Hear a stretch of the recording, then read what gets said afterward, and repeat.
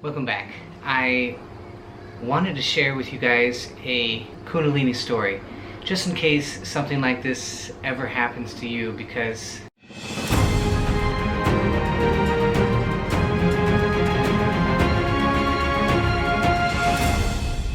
the monastic I went to talk about this told me I was dreaming, which I knew was impossible because it was a repeated experience.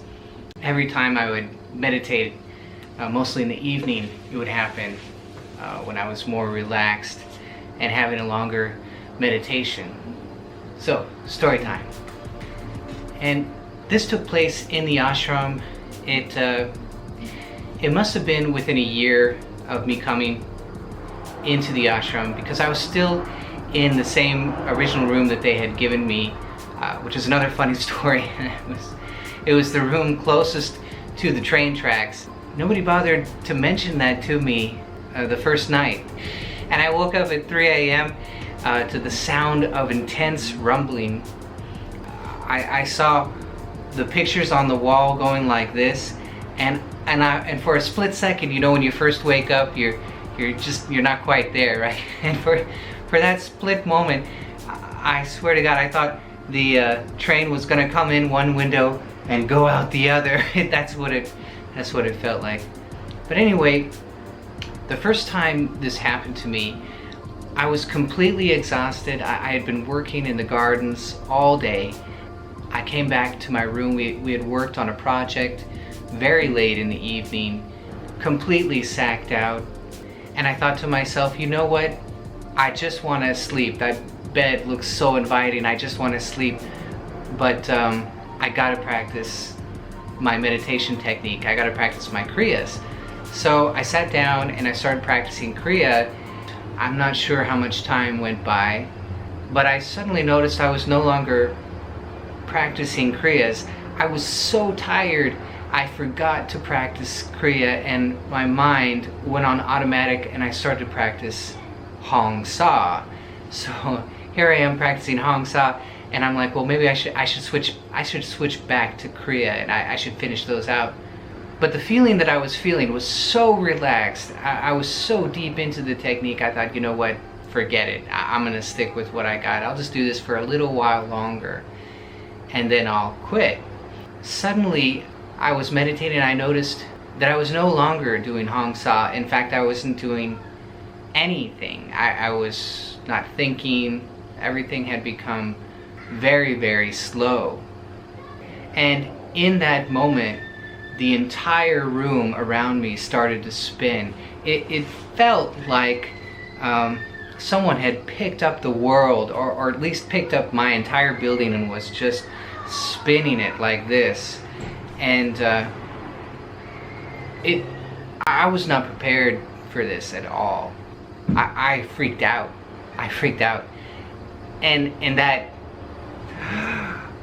that fear, of course, brought me out of the experience, and I was back to normal. The room stopped spinning, and I didn't know what to think about it. And I wrote it in my diary. My diary, by the way, was full of my own frustrations and meditations, which is part of why I'm here talking to you about all of this, because my experience was so frustrating, and that lives somewhere in my memory, and it's like I want to share with the younger me everything that I have learned along the way. I had no idea what had just happened to me. So that was the first time, that was the first experience. And what would happen on subsequent meditations when, not every time, but periodically, when I went very deep and very quiet into a deep state, I would notice different things. The spiritual eye would start to spin. I would feel like my body was spinning. Sometimes I would feel like the room was spinning again. So it was not the same experience every time, but this archetypal spinning, turning experience was very much a new part of my meditations.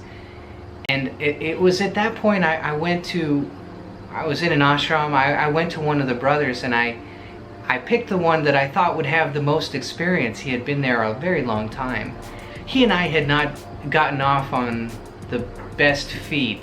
I was kind of smiley all the time, and he didn't like that. So he and I, for that reason, we were kind of like this. But I didn't think that would matter when it came to, you know, conveying spiritual knowledge. I thought we were spiritual brothers. And I came to him and I explained the story I had just given you, and he said, well, you were very sleepy, you know, you could have been dreaming. And I knew that wasn't true because it was happening all the time. It was way beyond dreaming. It was not something I was imagining.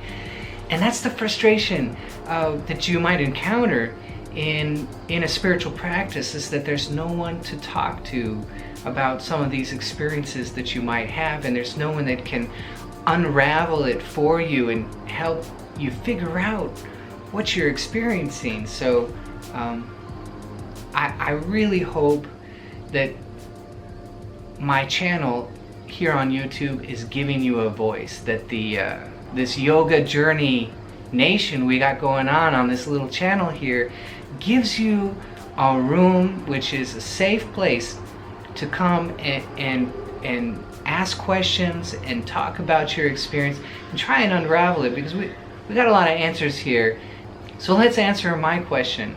That experience of the spiral is the third knot of Lahiri Mashaya. So he explained that there were 3 knots, right? I mentioned this before. There's the tongue knot and the heart knot, and finally the coccyx knot. And that's what I was experiencing, that third knot. And that process is the awakening of the coiled serpent Kundalini. And that's why it's called this serpent coiled energy, because of that spiral. And as the energy unlocks from the coccyx, it starts to spin like that. And your own experience of that, so that's an archetypal understanding that we can absorb and take in, right? But your own experience will be unique in the same way that I experienced it differently every time. I'm going to do a video on the spiritual eye. Every time I see the spiritual eye, it is different. And that's something really important to understand about it. So we'll talk about that, about the spiritual eye, but it goes for these experiences as well. The tongue knot, when that unravels, that's different for different people. The heart knot, when it unravels, you can have different experiences with that. And when that coccyx unravels, when you've experienced that undoing, that unlocking, it can be different each time you experience it, and it can be different from your friends if your friends are yogis too and they're going through the same kind of thing. So just be aware of that. That Kundalini, that's the process of unlocking it, and then it begins to awaken and it starts to travel up the spine. That's why as yogis we want to be as balanced as we can.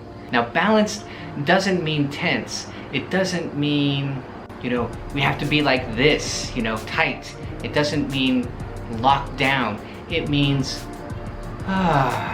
balanced, which is a hard state to get into, a hard state to understand what is balance, which is why I'm so thankful we have a medical language to begin to talk about it now. So what is balance? Balance is the heart rate variability. And it's also the breath states. Those two are the same, they are parallel. Heart rate variability is when you lower your breath rate, which lowers the heart rate slightly and allows your heart to save heartbeats. And that will automatically put you into balance. It will automatically begin to balance the sympathetic and the parasympathetic nervous systems. And you will begin automatically to go through the 5 breath states that I mentioned.